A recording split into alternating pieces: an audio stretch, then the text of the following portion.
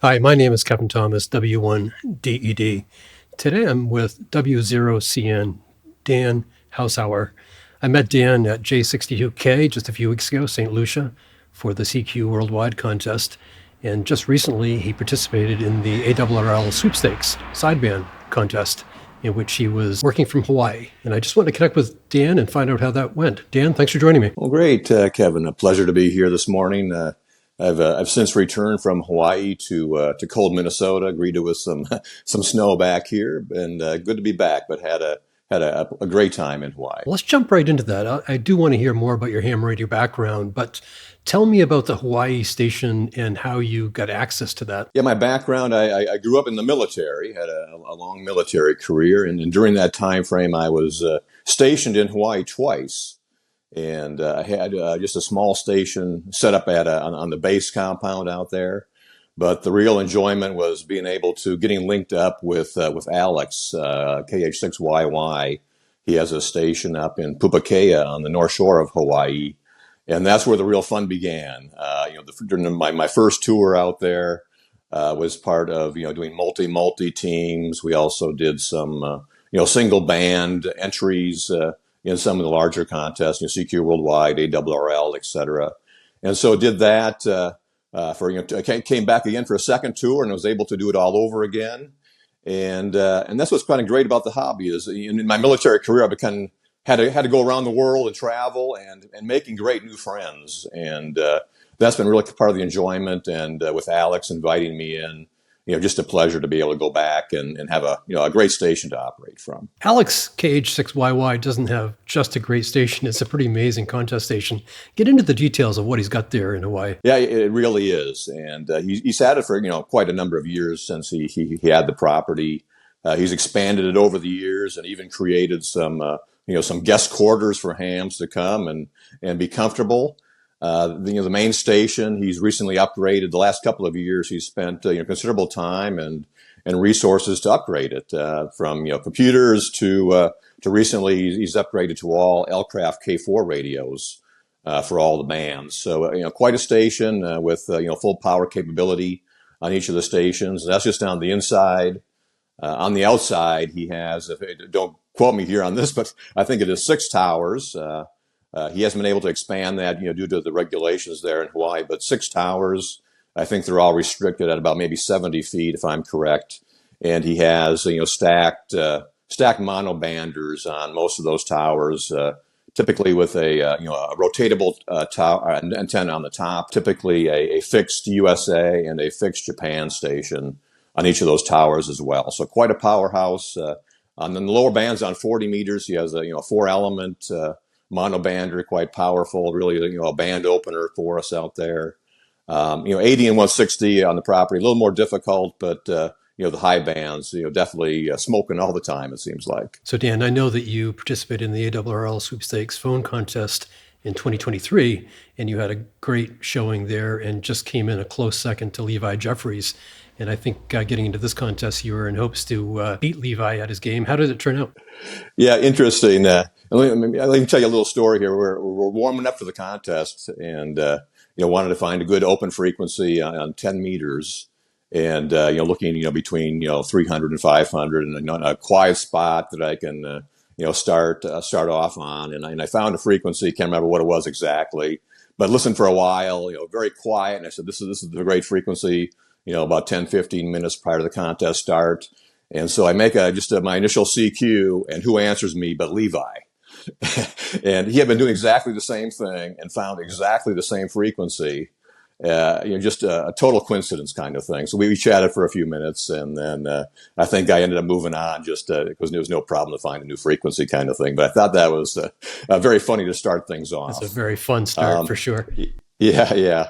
Over the years, the last several years I've been doing sweepstakes from Alex's station and have been in the top 10, number 6, number 4, number 2 last year, for example. And so the goal was really, hey, what can I do? Can I make that number 1 slot out there? It's tough. There's so many great stations in CONUS, including ND7K with Levi at the helm. So really wanted to, to put in a good showing out there. And it was off to the races. I mean, it was a fun but a tough situation. We can talk a little bit more about. We used both Levi and I were on the scoreboard, for example, and that was quite just a fun time to watch. Kind of how we're trading places back and forth over the duration of the contest. Well, speaking of the scoreboard, I know there's a lot of pros and cons, let's put it that way, on some of the forums about the scoreboard. I happen to really enjoy it. I wasn't participating in this contest, but I knew that you were making a full-on effort. So I was watching it all weekend long, and it was really fun to watch the back and forth. And you were off to a hot start. Tell me what happened in those first few hours. Yeah, the real hopes, at least for me out there, are I want those high band openings, especially 10 meters, and with recent propagation, I was really hoping that 10 would be open from in Hawaii, from 7, 8 a.m. until the hours after darkness kind of thing. Unfortunately, that didn't happen. I mean, it was still off to a great start. The contest starts at 11 a.m. local time in Hawaii. The first few hours, I think the first hour, I was just under 160 contacts that first hour, and a little bit less the second hour. But then, unfortunately, 10 dropped out. I can't remember the exact time, but it was probably by 2 o'clock in the afternoon, I was losing 10-meter propagation. So, and had been looking at the solar flux was never over 150 that whole weekend. So, kind of the dreams of the 10 meters, endless contacts, did not happen. But knew it would still be a good time, and gave 10 a run for the money. The QSO rates were high, as they always are that initial period, and then. The real challenge is, how you handle those later hours, and especially overnight. How you handle your off time is a real challenge from Hawaii with propagation. And then the end came up pretty well. I was watching Levi. In fact, the first day on the scoreboard, I was broadcasting on the scoreboard, but I did not watch it the first day. I said, hey, let's wait and see. But at the very end of the first day, I took a peek. And it was like a few hours before the end, and I was still behind. But with my off time, I had to keep going, essentially. And guys like ND7K and N2IC, they took their off time early. So I sneaked ahead of them during the off time and was the top of the scoreboard, knowing that would change in the morning, obviously, where the reverse happens. They're on and I'm still off. The morning happened. They rapidly took off. I was behind. I think in the morning I was probably behind about 50 Qs from Levi, for example. And then it was kind of really the battle. Hey, can I improve on this? And I think I maybe inched up, and it was neck and neck. Levi took ground again. I never seemed to get ahead of him. It was always kind of neck and neck, but I never really gained much ground. But then the last hour, kind of 20 meters. It was more a gray line issue. It was near sunset, 5 p.m.-ish around in Hawaii, and 20 meters really seemed to perk up a bit. Maybe a few others got on the bands as well, and I was able to sneak ahead and snug ahead of Levi at the very end. And I did notice in the end, speaking of off times, that you fell behind, and then near the end, it seemed like you just needed an extra hour or two, and you really could have added a lot to your score. Right, and if the contest had, it's 6 hours off out of the 30. If it was, maybe 10 hours off, Hawaii Station could do a lot better. I call it the bathtub effect. In the stateside, I think it's from like 7 to 11 Zulu. Is the lowest QSO periods for sweepstakes stateside.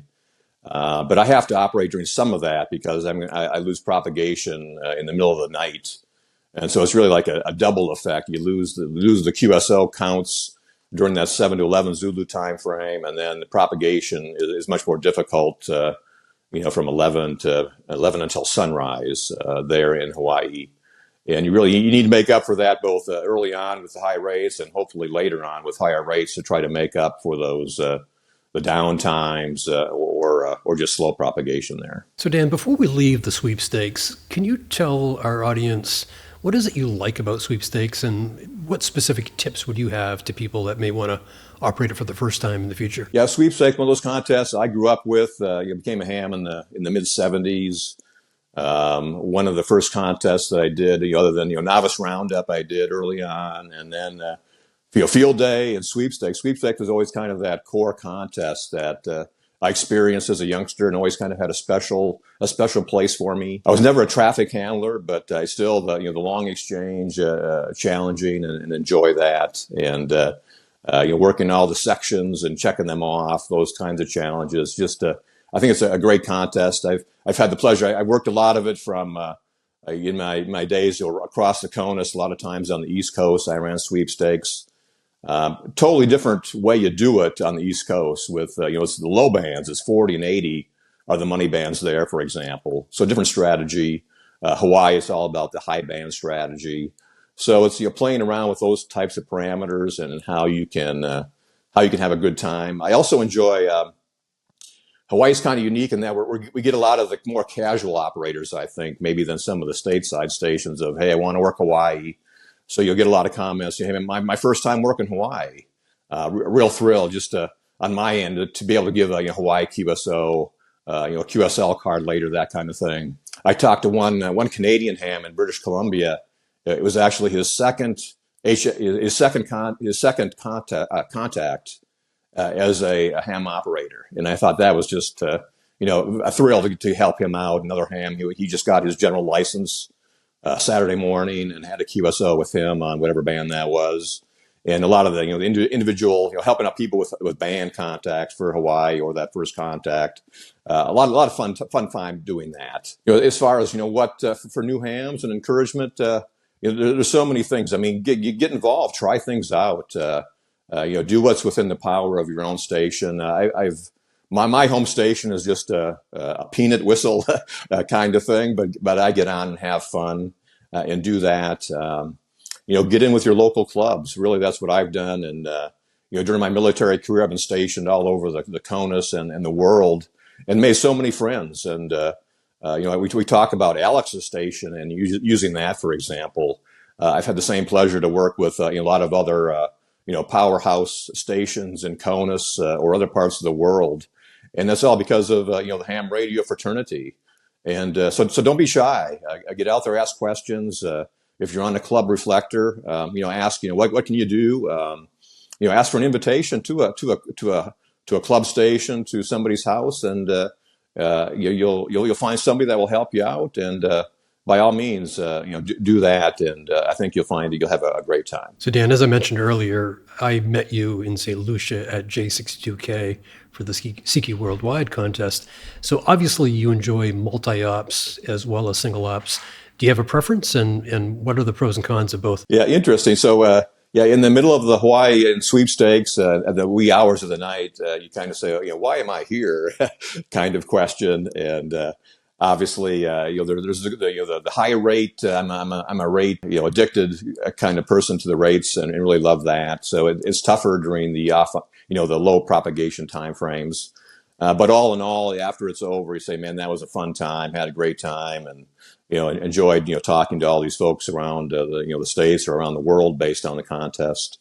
So I enjoy doing both. So doing a 48-hour contest, you talk to the contest crew or others, and 48 hours is a real animal. I'm not doing 48 hours these days. I'm old enough that I can't do that or don't want to do that anymore. But sweepstakes, 24 or 30 hours is kind of still manageable. The multi-two or multi-multis, those are great. Just you're having a great time. It's kind of that fraternity and meeting new folks. Meeting you, Kevin, for the first time at J62K. We had a few other new hams. We're working together, working through challenges, antenna challenges, setting the station up. We're in the middle of the contest. We're strategizing if we're behind, how we're doing. So it's a lot of camaraderie, which I really enjoy that. So kind of a give and take of each one kind of has their pros and cons. I don't know if I have one is better than the other. I definitely enjoy the multi environment just from that camaraderie perspective, though. Yeah, and I can certainly appreciate the back and forth that we experienced at St. Lucia. The excitement of talking to each other and kind of keeping going and feeling like you need to do your part for the team.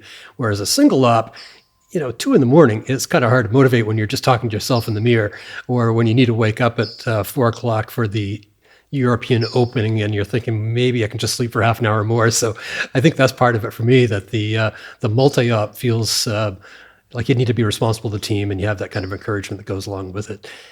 Absolutely. Hey, and while we're chatting here, I do want to kind of give just the kudos to, all those stations that do invite hams to operate, multi-two and multi-multi, folks like, Alex at KH6YY, Bill K9HZ down at J62K, and all the others that do this and invite us in. It's such an honor really to do that and to be at these stations. A little bit of pressure too, to be honest. I mean, if I'm invited somewhere like Alex's place, I want to do well, both for me and for them too, right? It's their station. And, but again, thanks to all those guys that really, put all that hard work on, the station managers that are investing time and resources, to let us have fun during these big contests. Yeah, no, I appreciate you mentioning that, because that is so true. I mean, when we talk about getting people involved with contesting, one of the great ways to get to the next level is being invited to a multi-op at one of these stations. And I happen to be sweating on a couch in Curacao right now. I'm going to be doing some interviewing at PJ2T. And there are a group of, I think, 6 or 7 hams down here to operate the contest. I will not be operating. I'm just going to be documenting what's going on. But it is really impressive when you meet people like Jeff Howard, W0CG, or Tim Coker, N6WIN, Crossy, K1LZ, Tim Duffy, obviously K3LR, who have invested a tremendous amount of time and money into their stations, and then they open up the doors to operators to work in these contests. It's just such a great experience. So thanks for mentioning that, Dan. Exactly. And I was down to PJ2 quite a few years ago as well, and had a chance to operate with Jeff's invitation, and likewise, fantastic station, and kudos there, and congratulations to them on this. I believe it's their 25th anniversary. So congratulations there to Jeff and the team for a job well done there at PJ2T. So Dan, let's work backwards.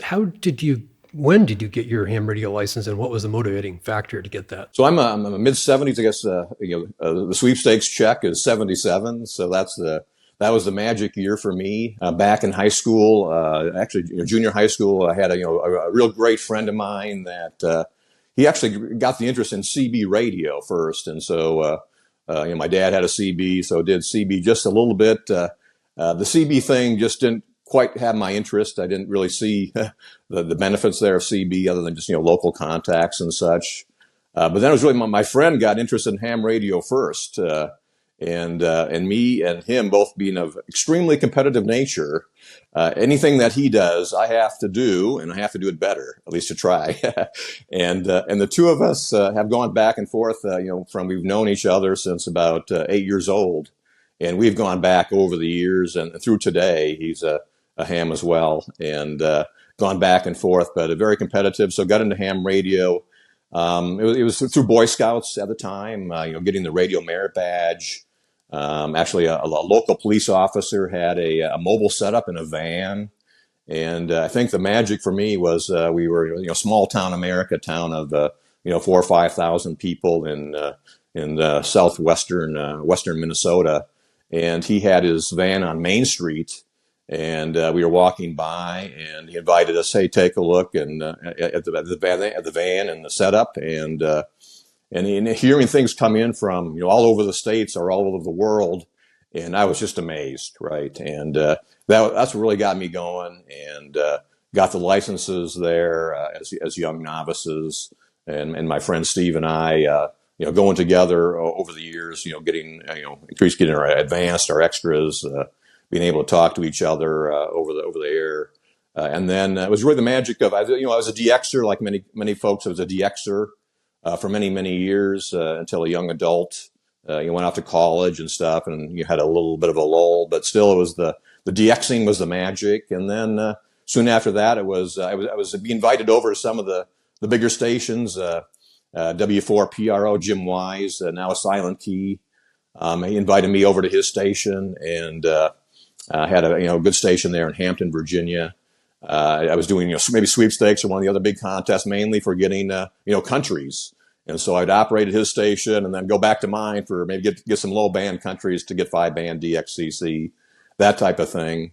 But then not long after that, graduated to or moved on to contesting, and that's for many years now. It's really been about contesting, how you can improve, and then that magic, that those rates, again, being addicted to rates, it's really has continued to draw me to contesting. I'm still in mainly the HF bands. I don't haven't gotten into VHF, UHF, nor the digital modes. I'm pretty strictly sideband and or not so much CW, but as well. Continuing to have a lot more to explore yet in the hobby for the many years ahead. So Dan, as part of your story, you've already mentioned your military career, and that took you across CONUS, and you met a lot of ham radio operators that you ended up operating with. And I can see behind you a shadow box filled with medals. And from what I know of you, spending time in St. Lucia, you've had an illustrious military career. Would you get into that a little bit for us? Well, thanks. Yeah, I really had my military career is over. I'm now retired and moved on to industry, but I still support the Department of Defense in the IT world and enjoy doing that. My military career, actually, I started off in the Navy, actually. A lot of folks don't know that, but I did a little over 4 years. I went through Naval ROTC at the University of Notre Dame and went into the Navy as a Navy cryptologist. Codes and those types of things, and did that for 4 years. And then I saw my friends in the Air Force seemed to have a little bit of a better time or kind of thing. So I transitioned over I did an inter-service transfer to the Air Force. And I love the Navy, and I have a lot of great memories. I did the Air Force for another 25 years after that, almost just shy of a 30-year military career. But in the Air Force, traveled a lot. We're changing duty stations quite frequently. I think in my mid-career and later on was moving pretty much every 2 years to a new location. Both good and bad with that. It's a kind of a challenge for the family. But new challenges, new experiences, meeting new people. And in the association with ham radio is you're a lot of new people. I'm meeting new hams. I'm a member of PVRC. I'm a member of Florida Contest Group. Now a member of Minnesota Wireless, and I have friends across all these places, and can go and operate from their stations. And so it's kind of the fraternity of ham radio. Similarly in the military, you're able to draw upon those military friends from around the world that have done that same thing. I did lots of different things in the military. A lot of different specialties. I was really an electrical engineer by degree, but I did communications in the military, in military intelligence, acquisition of systems, space systems, different types of things. Stationed in a lot of CONUS locations, a lot of travel, TDYs around the world in unique places. I had one very unique assignment in the White House. I was the presidential communications officer for President Clinton, and from being a Midwest small town guy, and now I'm walking down the halls of the White House. A little bit of an eye opener, but had a great time and traveled the world with the presidential entourage, providing communication support to the president and Secret Service. And with a few ham radio adventures in the midst of that as well. I couldn't do that at all locations, but traveled to some unique places, Bangladesh, Rwanda, a few other places that I was maybe able to get on the air just for a little bit and have some fun, as long as I'm not getting too far away from my duties. So you also told me a story about Japan. What was that story? When I was stationed in Hawaii, actually, the two times I was stationed in Hawaii, we had some environmental events. We had the tsunami crisis that hit. There was one that hit in Thailand. I think that was the first time I was in Hawaii with the impacts of that. And then the second time I was in Hawaii, we had the tsunami and the crisis that hit in Japan. People are probably aware of knocking out the nuclear reactor in Japan. And I was the deputy commander in the Pacific for communications during that tour. And the event that happened there was the actual tectonic plates shift on the ocean floor, and literally breaking fiber optic cable infrastructure with that shift. And so having to work communication resources to work around those types of issues. I mean, definitely a large issue at the time. And really, it's kind of between military and ham radio. It's kind of what do you do when something happens? You always have something. You're secondary and tertiary of how you recover from that. You can't stop communicating for the U.S. or the military. And likewise, if you're in a contest, you don't want to turn the lights out and and close the door. You gotta go on a different band or try something different to keep things going. So without going too far down the rabbit hole, and try to keep it simple for my simple understanding, when you have a break in an optic fiber line, a cable, how do you locate that and how do you get it fixed, and how do you stay in operation while you're getting it fixed? A lot of significant resources of with the military and military supported by contractors. A lot of the lines are provided by big military vendors, for example. But between military resources and those vendors, just like on a ham radio with a piece of coax with time domain reflectometer, basically. Similarly, on fiber optic cables, able to find out where that break is very precisely. And then in the military and the commercial world, there are specific ships designed that can raise those cables up to fix them. You bring them off the seafloor, bring them up, and fix them. Obviously, that takes time to reposition the ship. There's only a handful of those in the world, so you need to get them on site to fix it, and so that takes time. But in the meantime, you're looking at where else do I have resources? There's other fiber optic cables we need to reroute the traffic. A lot of that is done more and more automatically these days. But there's still manual intervention of rerouting traffic, making sure you don't reach maximum and peak your capabilities based upon the size of your fiber and modems and those types of things. But really, it's all about relocating the traffic, fixing the issue, making sure that the people, the users, understand what the challenges are, keeping customers happy. If you have a general officer and their unit, they have missions to perform. Obviously, you need to keep them apprised of what's going on and recover from those types of things. So you're telling me it's really no different than what happened to us in St. Lucia. Exactly. Just on a little bit of a bigger scale, correct. Dan, what's next for you? What's the next contest on your agenda? Yeah, I think coming up here we have 160 and 10 meters. I'm probably just going to dabble in the 10-meter contest a little bit from the home station. Have a little more travel for work, which keeps me busy. I'm the one good thing about work is it puts me in some places that I'm able to operate from. And so I enjoy that, such as Hawaii. I'm going to Germany here in a few weeks, so I won't have a chance to operate there. But I'll do the 10-meter contest, and then in January, I enjoy things. We have a group of us that do NAQP Multi-2. We do that from the East Coast, typically at KA4RRU station, and just have a group of guys and have a fun time there. I enjoy doing that. And then really the big site is really looking at ARRL DX. And we'll be going back to J62K again, WA4PGM, myself, and K9HZ, along with a couple of other operators, including Mike, KA4RRU, and K5OF will be down for ARRL. That's been a great contest for us. We won ARRL DX there several years ago, a multi-2 category, won it for the world. So that was just a fantastic time. A lot of competition out there. We hope to do well, and so we were doing that contest. And then right around the corner is the WPX contest at the end of March, and doing that at J62K again. And there we take a little different approach. We still want to have a lot of fun, but we have some youth operators coming in. We have 2 that are coming down this time, and really looking forward to.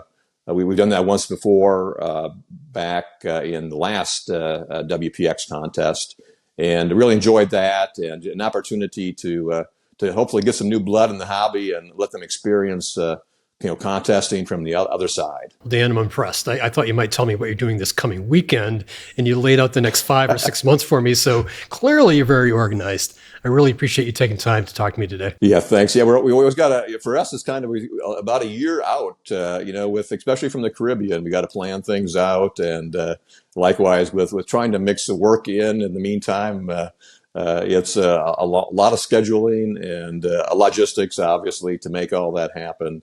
But a lot of fun. Well, I totally appreciate that. I've been talking to Dan Hausauer, W0CN. I'm sure you'll hear him on the air soon and often. My name is Kevin Thomas, W1DED, reporting from Curacao at PJ2T. Hey, thanks so much, Kevin.